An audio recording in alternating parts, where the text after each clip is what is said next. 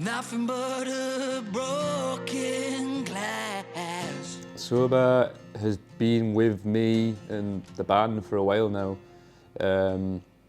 We've been playing it for a good year and we've had it for a good half a year, but it's just timing and finding the right time to release it. It's a very personal song to me, and I think you feel the emotion grow throughout the song.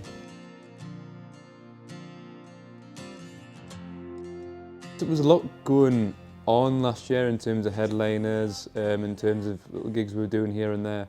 And I want it to have its moment and its kind of limelight. And I don't know, I feel like kicking 2026 off with a new single, which I haven't done. I've always kind of waited till mid-year to release something. It just felt like the right time to do it. But the pin's getting closer and closer.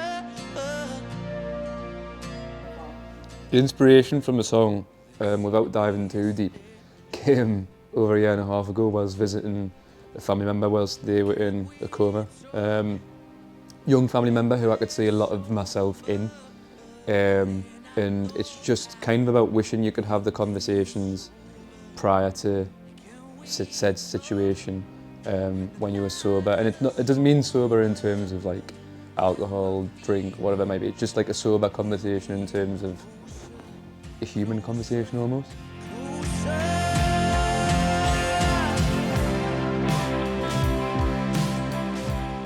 The highlight of recording this track is literally just being at the old church in Roughbury. It's its own little world. We get lost in it completely. The church itself, recording in there is just so different, but it's just like so wholesome. And you get a lot out of being up there. I think being in a different place like draws different inspirations. And I think that place itself just gives everything a different life, etc. So my favourite part about holding the track is just being where we were to record it. Now I see your pain. We had played it prior to recording it and we kind of knew the direction, or I at least knew the direction I wanted it to go in. And Adam, who produces the track, does a lot of our work, he just gets it and it just makes life a lot easier. Can we talk when we're sober? And I know. If I could take one thing away from the track, I think it's me being a little bit more out there with my vocals. I've kind of reined it in a lot on all the other tracks. I'm flaunting them a little bit more on this one.